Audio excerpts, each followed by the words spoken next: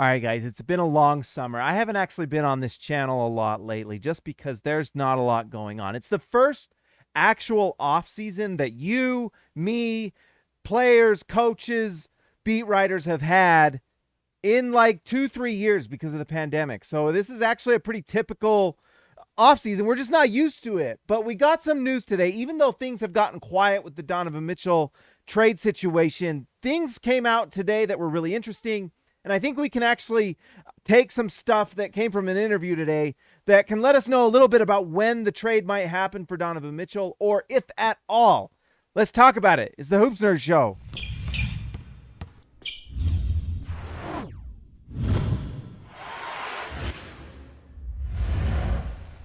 All right, guys. So Tony Jones today was on ESPN 700. He was nice enough to do an interview. He's kind of the guy keeping Jazz fans and Knicks fans most updated. He's the athletic beat reporter here. He's the one that works with Shams and has all the inside information with the Utah Jazz and all these different players and the Utah Jazz and what's going on with the trades and everything. And today he was on ESPN 700 and he was talking about the Donovan Mitchell situation.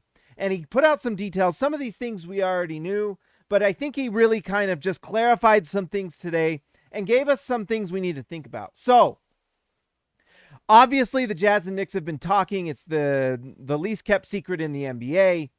And Tony Jones talked about the Jazz situation with the Knicks. And I wonder if Tony Jones is getting a little more information now that things have cooled off between the Jazz and Knicks. I think one thing we got to talk about a little bit is why have things cooled off? Is it because the Jazz and Knicks are angry? Is it that they can't find common ground? Well, it sounds like they can't, but I think we got to remember, and I've already mentioned it, that this is the first offseason these guys have had in a long time, and they're literally on vacation. We saw a video a few days ago, a week ago, from Dwayne Wade where Ryan Smith, owner of the Jazz, Justin Zanuck, GM of the Utah Jazz, and I believe they were on a golfing trip with Danny Ainge himself. They were on vacation on some sort of retreat. Literally right now, Leon Rose for the Knicks, Danny Ainge, Justin Zanuck for the Jazz are on vacation. And I wonder if they were having negotiations. Things got pretty close, I'm sure.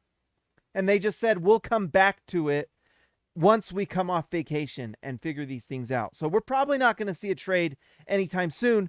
Maybe not because they can't get together on a trade, but more because they're literally going out and sitting on a beach and taking time to recharge and get back to negotiations.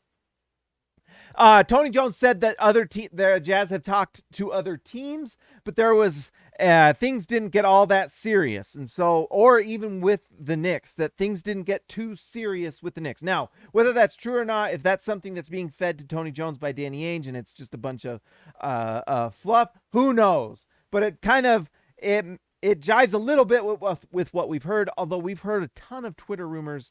Different reporters that are hearing different things from people involved, that I think it was closer than we think. It sounds like there are two things that are keeping up this trade from the Tony Jones. By the way, I will link to the Tony Jones interview below so you can listen to it. You don't have to take my word for it. But the trade is obviously involving multiple first-round picks. The two things that are really holding up this trade, and it sounds like, how many first-round picks you think? We've heard 5 first-round picks, probably give or take around there.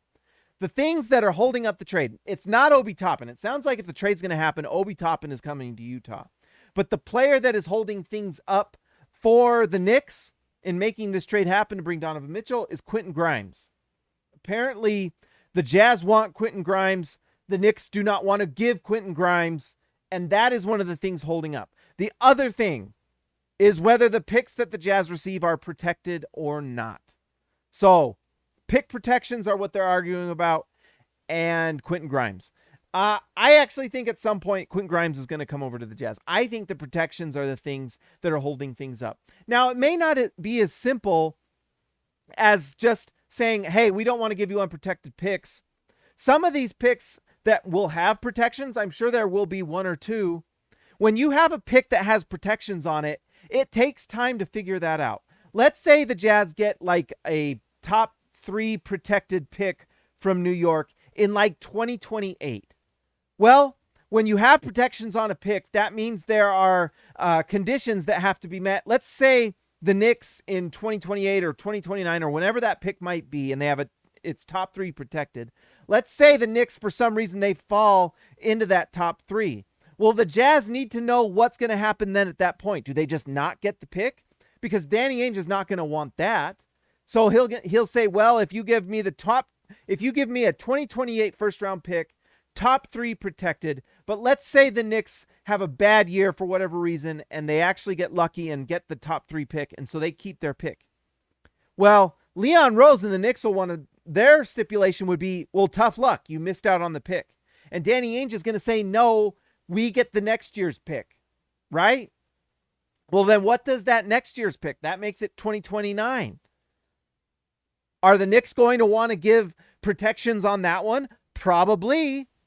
But that they may not want to do the same protections on a following year that the Jazz want. So you can, and that's just one pick. So you can see how difficult it can be to figure out a pick protection for a player.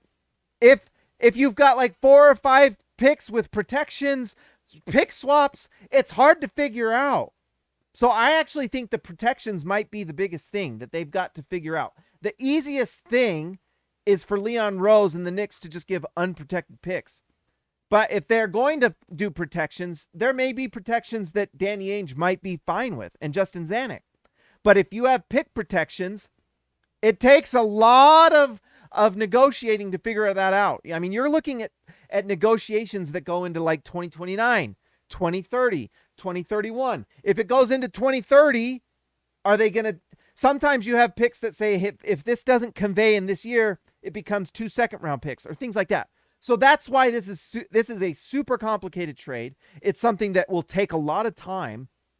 And I'm sure Danny Ainge and Leon Rose and Justin Zanuck and everyone in the Knicks front office, Walt Perrin and all those guys, they just have to like take a break. But this will take some time, believe me. And this is the type of negotiating that's going on. So we saw multiple reports from New York writers who said the deal was done. And it sounds like here's what honest to goodness, hand up to the heavens, I think the deal is already kind of figured out. I think it is. But I think this pick protection thing is what's going to hold things up because it takes time to figure it out. And they've got to work it through. And on top of that, it's got to be approved by ownership. James Dolan, probably not the easiest to work with. Ryan Smith seems like he's new. He's probably going to be pretty quick to let Danny Ainge do what he wants. But you've got to go through ownership. And then you've got to go through the league office. But you got to be careful. If you send something to the league office, there's guys in the league office that have sources and they don't want that to get out. So this is just a really complicated thing. I think eventually Quentin Grimes and Obi Toppin and Evan Fournier are coming to the Jazz. And then it's just a matter of what are those protections on those picks because it's complicated. It's difficult and it takes time. And it's not just saying 5 picks. You know, everyone says, 5 picks. It's like fantasy basketball. Well, fine. But if you're putting protections on these things, then it gets just wildly complicated. And if they've got protections on like 6, maybe they're doing pick swaps, 6 picks. I don't know. If they have multiple protections, then it just is going to take time. And maybe that's what eventually happens is that Leon Rose, to make things easier, just says, let's just go unprotected. We're going all in with Donovan Mitchell, Jalen Brunson, and RJ Barrett and everyone over there, Julius Randle. And then they'll just say, if we're bad, but we're going to go for it. And then we have a superstar that will eventually maybe bring in another superstar through free agency. And that might be a thing that Knicks want to do. Now, Tony Jones also said how likely he thinks this trade is going to happen. He says he thinks it will happen, that it might happen by training camp. And he thinks the Knicks are going to eventually meet the Jazz's offer. The way Danny Ainge works, it's pretty simple. He says, this is what our price is. If you're going to meet it, great, we'll make the trade happen. But if you don't, the trade's not going to happen. And that's how he does it. And it's pretty simple, straightforward stuff.